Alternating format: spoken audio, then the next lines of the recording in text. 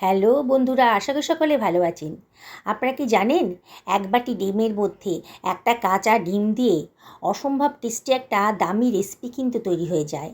ব্রেকফাস্টেই খান কিংবা ডিনারে, এতটাই টেস্টি না, একবার বানিয়ে খেলে আপনাদের প্রতিদিনই এই রেসিপিটা বানিয়ে খেতে ইচ্ছা করবে। আমি এক বাটি টক দই নিয়ে নিয়েছি, তার মধ্যে দিয়ে দিয়েছি একটা কাঁচা ডিম। এবার ওই বাটি থেকে একটা বড় বাউলের মধ্যে আমি ডিম আর দইটাকে ঢেলে দিলাম, আর ওই বাটি মাপেরই এক বাটি জল দিয়ে দিলাম। হাফ টেবিল চামচ লবণ এর ভেতরে দিয়ে দিচ্ছি, আর দিয়ে দিলাম 1 টেবিল চামচ সাদা তেল। এর ভেতরে আমি দিয়ে দেব 1 টেবিল চামচ গোলমরিচের গুঁড়ো, খুব টেস্টি হবে। হাফ টেবিল চামচ চিলি ফ্লেক্সও দিয়ে দিলাম। এবার একটা হুইস্কের সাহায্যে আমি সব কিছু খুব ভালো করে মিশিয়ে নিচ্ছি। মিনিটখানেক খুব ভালো করে মিশিয়ে নিতে হবে। ডিম, জল, দই খুব ভালো করে মিশে যাবে। এবারে এর ভেতরে দিয়ে দেবো আমি 4 বাটি মতন ময়দা। আটা দিয়েও করতে পারেন, প্রথমে 3 বাটি দেব, দিয়ে ভালো করে মিশিয়ে নেব। যদি প্রয়োজন হয় তাহলেই আবার 1 বাটি দেব। এখানে 1 টেবিল চামচ চিনি দিয়ে দিলাম, হাফ টেবিল চামচ বেকিং সোডাও দিয়ে দিলাম। দিয়ে সব কিছু খুব ভালো করে মিশিয়ে নেব। হাত দিয়ে মেশাচ্ছি, হাত দিয়ে মেশালে পরে খুব ভালো করে মেশাতে পারবো। দেখুন, খুব ভালো করে ময়দার সাথে মিশিয়ে নিচ্ছি। নরম তুলতুলে একটা ডো বানাতে হবে। বেশি নরম লাগছে, আমার আরও ময়দার প্রয়োজন আছে। আমি সেই জন্য আরও হাফ বাটি মতো ময়দা প্রথমে দিলাম। বললাম তো, প্রথমে 3 বাটি দিয়ে দেবেন, পরে যদি লাগে তাহলে অল্প অল্প করে ময়দা দিয়ে এটাকে মেখে নেবেন। আবারও সব কিছু ভালো করে মিশিয়ে নিচ্ছি। আরও হাফ বাটি দিয়ে দিলাম, মানে মোট 4 বাটি ময়দাই আমি দিয়ে দিলাম। আবারও বলছি বন্ধুরা, আমি আজকে ময়দা দিয়ে বানাচ্ছি। আপনারা ইচ্ছা করলে আটা ময়দা মিশিয়েও করতে পারেন, কিংবা শুধু আটা শুধু ময়দা দিয়েও করতে পারেন। এবার এর ভেতরে দিয়ে দিচ্ছি 1 টেবিল চামচ সাদা তেল, দিয়ে আবারও সব কিছু খুব ভালো করে মিশিয়ে নেব।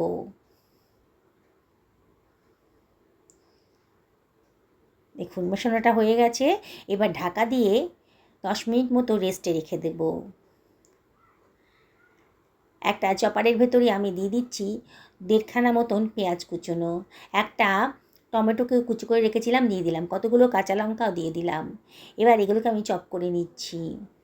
ইচ্ছে করলে আপনারা ছুরি দিয়েও এটা কেটে নিতে পারেন, কোনো অসুবিধা নেই।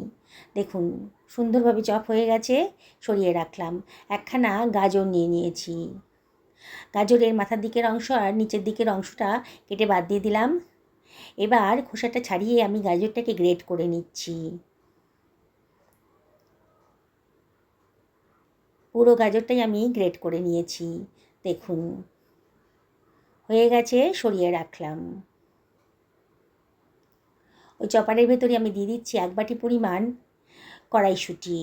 এটা ফ্রোজেন কড়াইশুঁটি আমার কাছে ছিল, কতগুলো রসুনের কচিও দিয়ে দিলাম।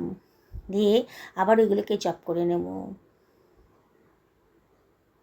আপনাদের কাছে যদি কড়াইশুঁটি না থাকে তাহলে কোনো অসুবিধা নেই, কড়াইশুঁটি ছাড়াই রেসিপিটা বানাবেন, তাহলেও খেতে সুস্বাদু হবে।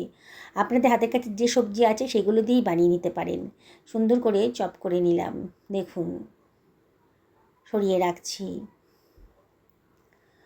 হয়ে গেছে। এবারে আমি একটা ফ্রাই প্যান গরম করতে বসিয়ে দিয়েছি। ফ্রাই প্যানটা যখন বেশ গরম হয়ে গেছে, 1 টেবিল চামচ সাদা তেল দিয়ে দিলাম। তেলটাও যখন বেশ গরম হয়ে গেছে, হাফ টেবিল চামচ গোটা জিরে আর 1/4 টেবিল চামচ কালো জিরেটা দিয়ে দিলাম, আর দিয়ে দিচ্ছি হাফ টেবিল চামচ জোয়ান।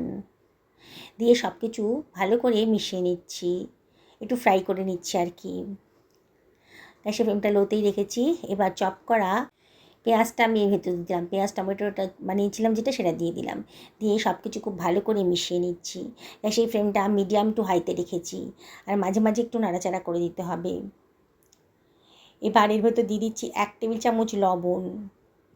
আবারও সব কিছু খুব ভালো করে মিশিয়ে নেব। এবারে আমি এর ভেতরে দিয়ে দিচ্ছি গ্রেট করে রাখা গাজরটা, আর দিয়ে দিলাম চপড করে রাখা কড়াইশুঁটি।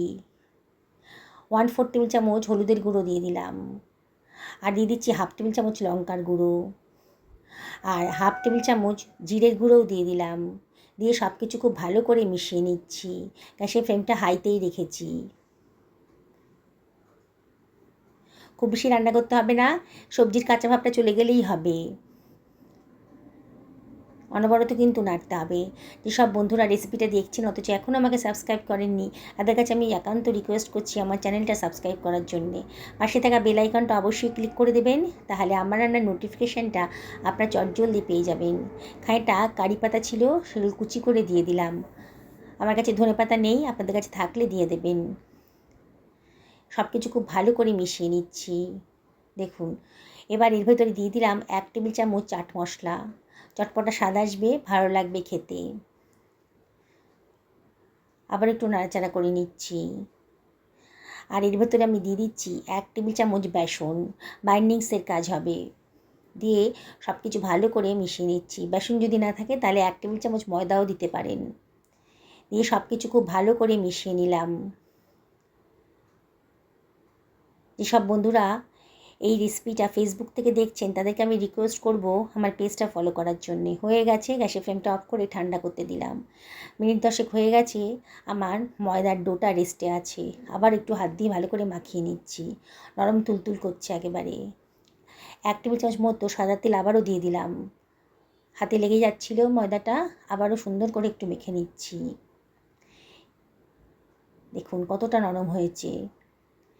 এইবার এখান থেকে আমি একটু বড় সাইজের লেচি কেটে নিচ্ছি। দেখুন বন্ধুরা, নেওয়া হয়ে গেছে।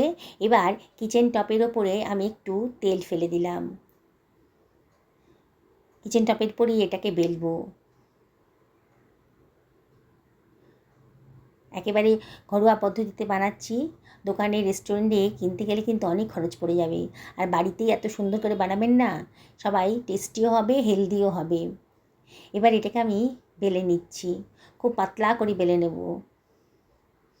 নরম তুলতুলে ডোটা কিন্তু খুব সুন্দর করে মাখা হয়েছিল। দেখুন কত সুন্দর একটা পাতলা পরোটা তৈরি হয়ে গেল আমার। যত সম্ভব পাতলা করে এটা বেলে নেবেন।